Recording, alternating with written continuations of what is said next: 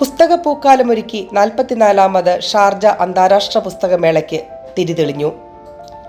Sharjah ഭരണാധികാരി Sheikh doctor Sultan bin Muhammad Al ഖാസിമിയുടെ രക്ഷകർത്തത്തിൽ നടക്കുന്ന മേളയിൽ 612 രാജ്യത്തു നിന്നുള്ള 250-ലധികം എഴുത്തുകാരും പ്രഭാഷകരും പങ്കെടുക്കും.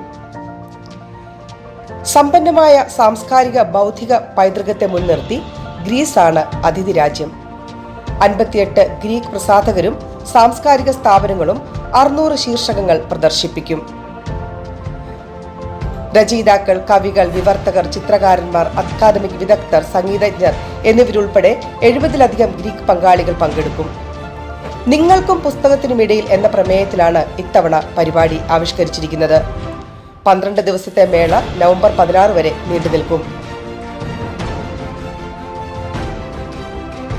അറിവിന്റെ ലോകം കൂടുതൽ വിപുലമാക്കാനായി ഷാർജ ഭരണാധികാരി Sheikh doctor Sultan bin Muhammad Al Qasimi നിർണായകമായ പ്രഖ്യാപനം നടത്തി.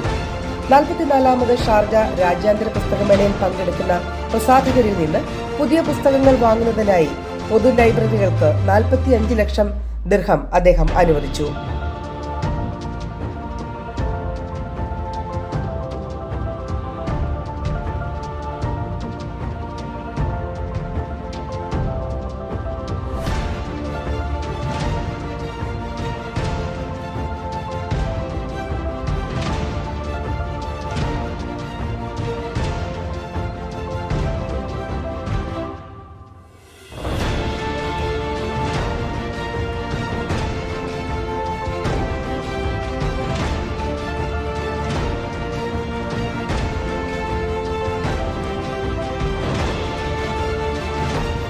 ഷാർജ അന്താരാഷ്ട്ര പുസ്തകമേളയിൽ ലക്ഷക്കണക്കിന് പുസ്തകങ്ങൾ, ആയിരക്കണക്കിന് പ്രസാധകർ, നിരവധി എഴുത്തുകാർ എന്നിവർ പങ്കെടുക്കുന്നു.